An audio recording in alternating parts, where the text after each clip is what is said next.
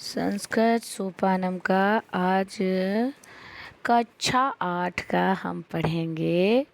चतुर्थः पाठः का बुद्धिमत्तमा। बुद्धिमत्तमा का अर्थ होता है सबसे अधिक कौन बुद्धिमान है। कह माने कौन। इसमें ये एक नाटक है। नाटक में जो पर्दे पे दृश्य होते हैं ना, जो दिखाई देता है उसको दृश्य कहते हैं। तो नाटक खेल रहे हैं तो पहला दृश्य है उसमें प्रथमम दृश्यम, पहला दृश्य है। राजा कृष्णदेव राय सिंहासने उपविशति। राजा कृष्णदेव राय जो हैं सिंहासन पर बैठे हुए हैं। सभा जना स्व स्व स्थानेषु उपविशन्ति। सभा के सभी जन, सभी सदस्य जो हैं स्व स्व माने अपनी अपने स्थानों पर बैठे हुए हैं। राजा कृष्णदेव राय तेनालीराम। राजा कृष्णदेव राय ने कहा, तेनालीराम सर्वेषु वर्गेषु कस्य वर्गस्य जना बुद्धिमत्तमा भवन्ति। कहा कि सब तेनालीराम बताओ सभी वर्गों में कौन जो है सबसे अधिक बुद्धिमान जन है होते हैं। तेनालीराम ने कहा, महाराज नूनम एवं व्यापारी वर्गस्य जना बुद्धिमत्तमा भवन्ति। तेनालीराम ने कहा, महाराज नूनम माने निश्चित ही ये एव माने ही निश्चित ही ये व्यापारी वर्ग के लोग सबसे अधिक बुद्धिमान होते हैं। राजा कृष्णदेव राय ने कहा कि मम दृष्टया तु पंडितानां बुद्धि एव तीक्ष्णतमा भवति। मेरी दृष्टि से तो, दृष्टि से मतलब मेरी समझ से, मेरे दृष्टिकोण से तो मैं मानता हूँ कि पंडितों की बुद्धि सबसे तीक्ष्ण होती है।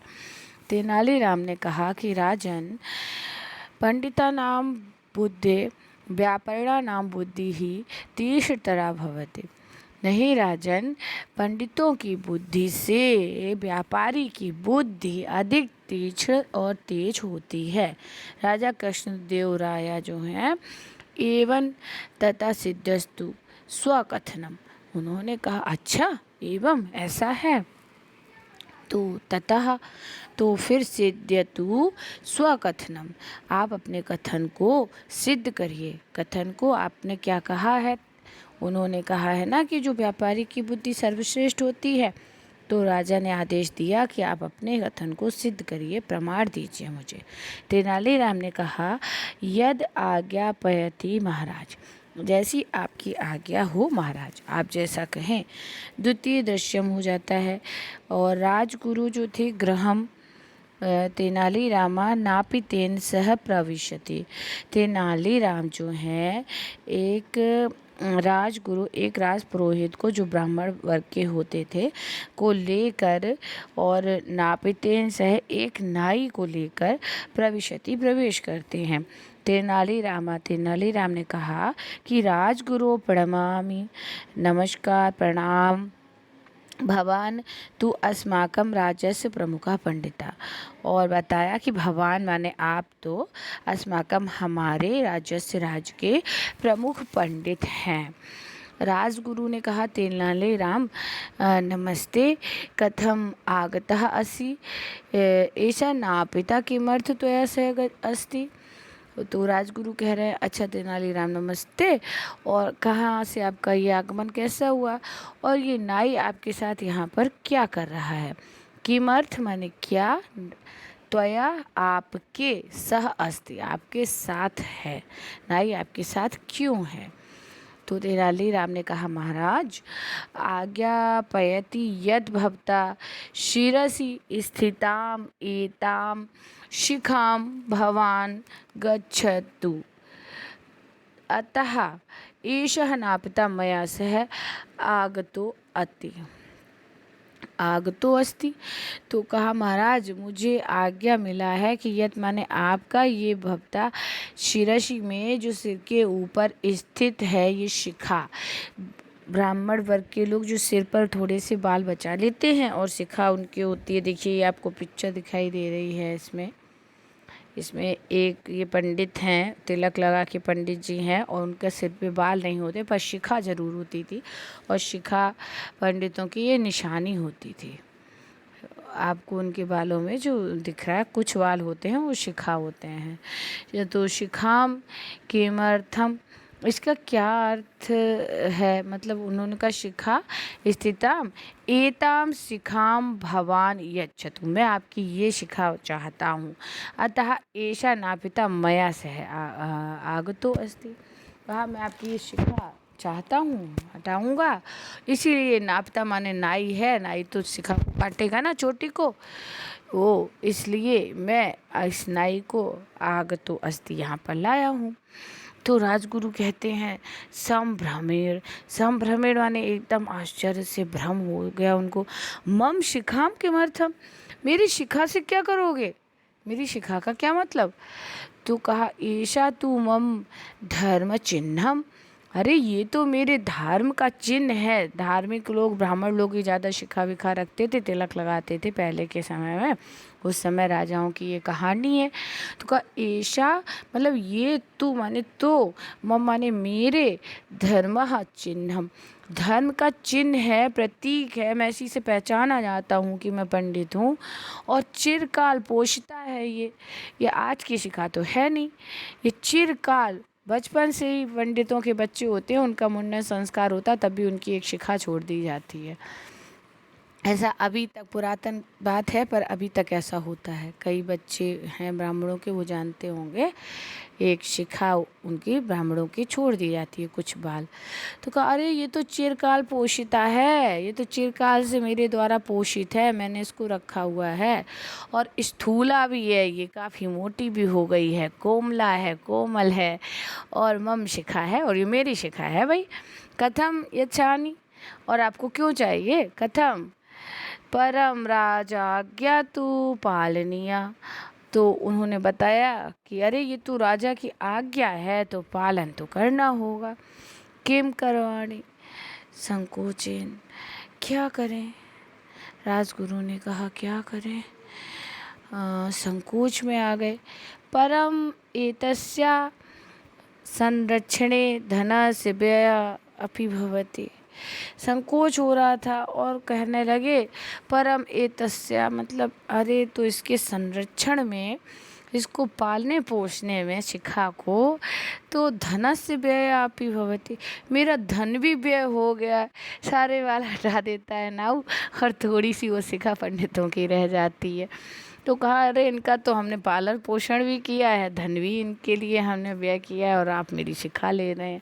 तो तेनालीराम ने कहा तत्र काफ़ी चिंता नास्ति, आप इसकी चिंता नहीं करिए, राजाज्ञा व्यय से क्षतिपूर्ति भविष्यति, राजाज्ञा है कि जो आपकी क्षतिपूर्ति होगी उसकी मतलब आप चिंता ना करें, उसका व्यय से धन आपको दिया जाएगा, भविष्यति क्षतिपूर्ति आपकी पूरी की जाएगी।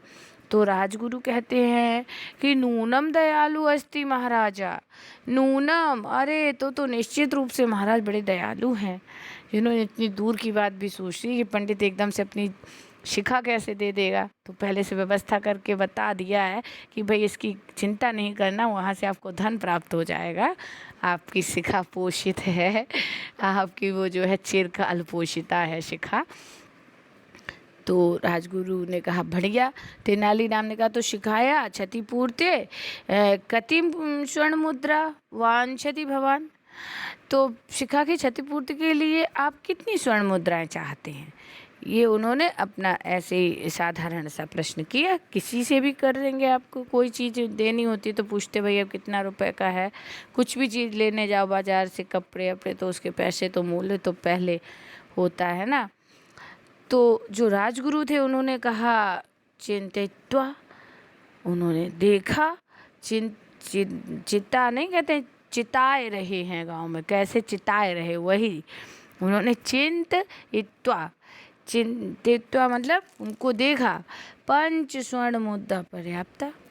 तो भाई पंडित थे, पंडित लोग होते हैं सीधे साधे, तो देख कर कहने लगे, अरे 25 स्वर्ण मुद्राएं दे दो, वही पर्याप्त हो जाएंगी, पर्याप्ता। तेनालीराम ने कहा, वदतु 5 स्वर्ण मुद्रा। अच्छा, वदंतु बोले, अच्छा 5 स्वर्ण मुद्राएं। और नापिता प्रति, नापिता से क्या कहा, स्वकर्तन्या कृत्य पंडित वशिष्ठ शिखाम, नापिता शिखाम कृतधंती। और कह दिया कि भाई पंडित जी मान गए हैं, इनकी शिखा को काट दिया जाए। और नापिता तो साथ में आए थे, उन्होंने शिखा को दिया काट। अब तृतीयदशी शुरू होता है। उन्होंने ये बात बता दी कि पंडित जी कितने सस्ते में निबट गए। अब व्यापारी के पास वो जा रहे हैं। देखिए तृतीयम दृश्यम, राजस्य प्रमुख व्यापारी आसने स्थिता अस्ति। अपने आसन पे बैठे थे, वो तो व्यापार करते हैं व्यापारी। तो तेनालीराम नापितेन से प्रविशति। अब यहाँ फिर तेनालीराम अपने नापिता को लेकर पहुँच गए। नापिता जो है नाऊ हैं। और तेनालीराम, महाभाग भवान तु अस्माकम राजस्य प्रमुख व्यापारी अस्ति।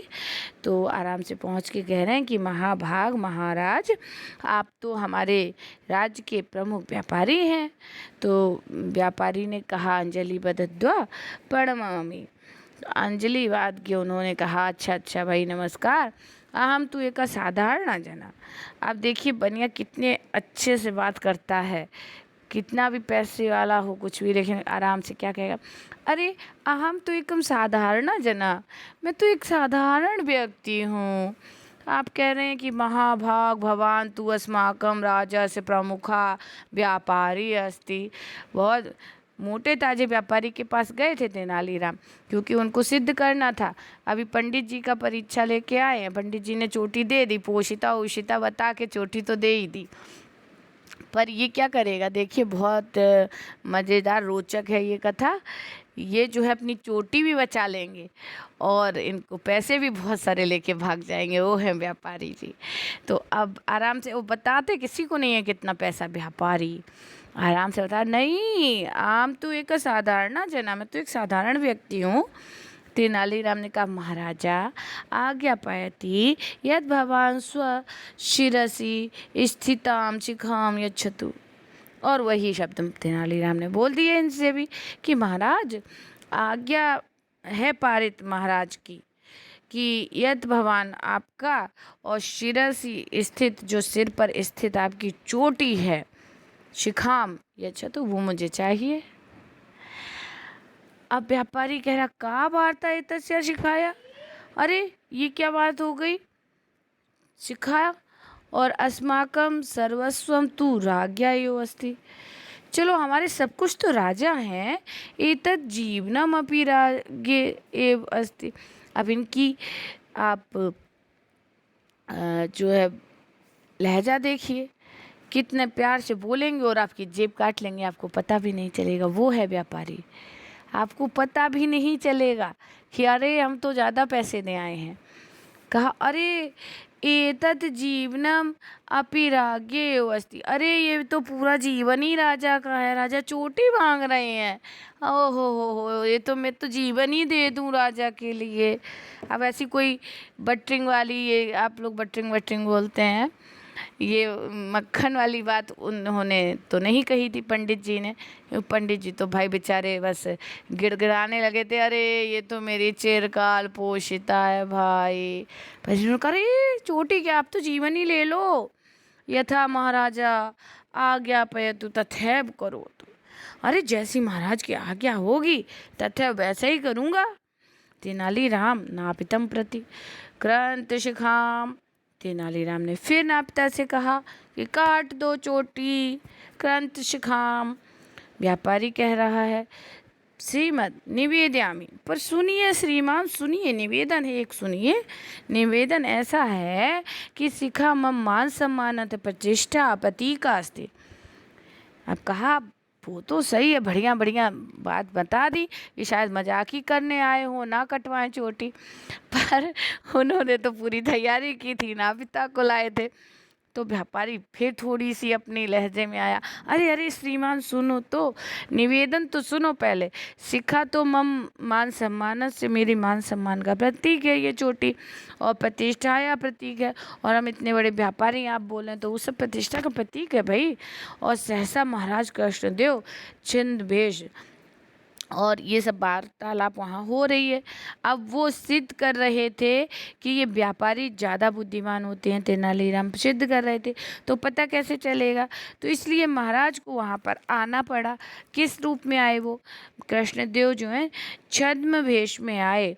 छद्म वेश क्या होता है, अपना रूप बदल के आए। छद्म माने छिपा हुआ रूप, छिपा के आए रूप, कुछ और वेश बना के, कोई वही आजकल तो मास्क के चलते, उस समय कोई होता होगा मास्क, वो सिर पे वो साफा वाफा बांध के आम पुरुष छद्म वेश में आ गए। वो प्रविशति आए, और कोणे चतुष्णीम तिष्ठति, कोणे मीन्स कोने में, चा माने और कोने में, तुष्णीम चुपचाप, तुष्णीम माने चुपचाप, तिष्ठति बैठ गए, क्योंकि यहीं से दो रहा था तो उनको तो आकर देखना था कि कौन ज़्यादा बुद्धिमान है।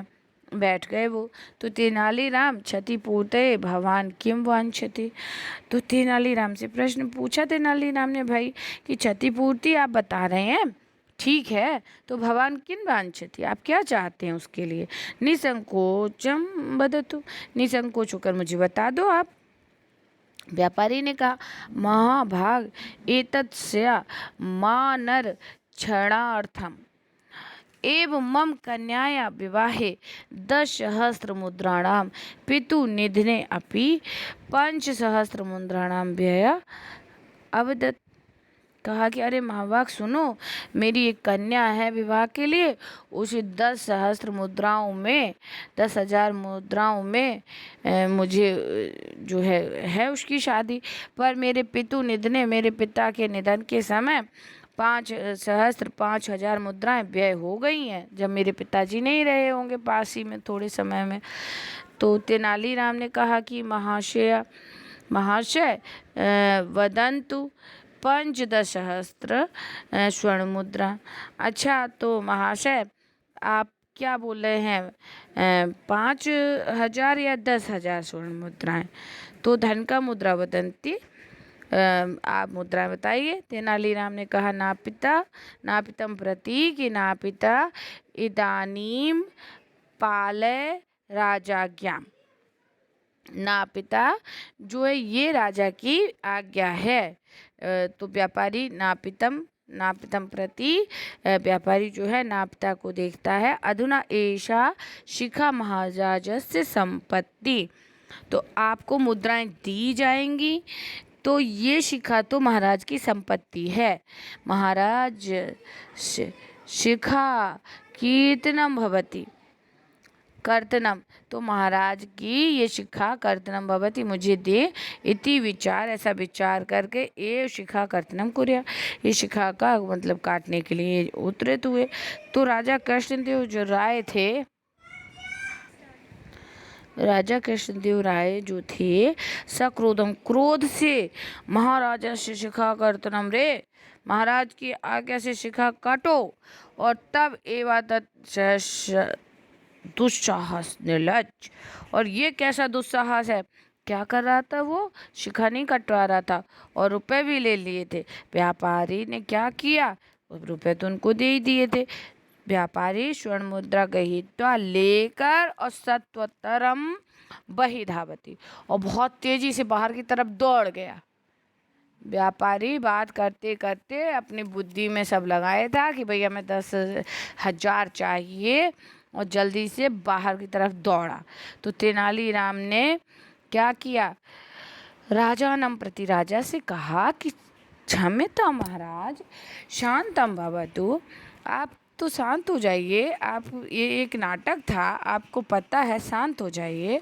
व्यापारी न केवलम स्वर्ण मुद्रा, व्यापारी न केवलम स्वर्ण मुद्रा बल्कि अविदत अपितु स्वशिखाम अपि अरक्षत, अरक्षत माने अपनी शिखा की भी रक्षा कर ली। व्यापारी ने स्वर्ण मुद्राएं लेकर और बिना चोटी कटवाए भाग गया था वहाँ से। अच्छा, फिर क्या हुआ? राजा कृष्णदेव शांतभूत शांत हो गए और कहा कि अरे मित्र, तब कथनम एव सत्यम प्रमाणितम। अरे मित्र, तब तो तुम्हारा कथन बिल्कुल ही सत्य है। व्यापारी वर्ग एव बुद्धिमत्तमः भवति। व्यापारी वर्ग ही सबसे बुद्धिमान होता है। क्यों हुआ बुद्धिमान? हमने देखा कि वो बात करते करते कैसे वहाँ से भाग लिया, और स्वर्ण मुद्राएं भी बहुत अधिक ली थी उसने। जबकि हमारे जो पंडित जी थे, उन्होंने कितनी स्वर्ण मुद्राएं ली थी बताएं? पंडित जी ने ऊपर जो है आपका द्वितीय दृश्यम में पंडित जी कितनी स्वर्ण मुद्राओं में संतुष्ट हो गए थे, जबकि उन्होंने अपने ही मुख से मांगी थी कि मुझे बस 5 स्वर्ण मुद्राएं पर्याप्त था।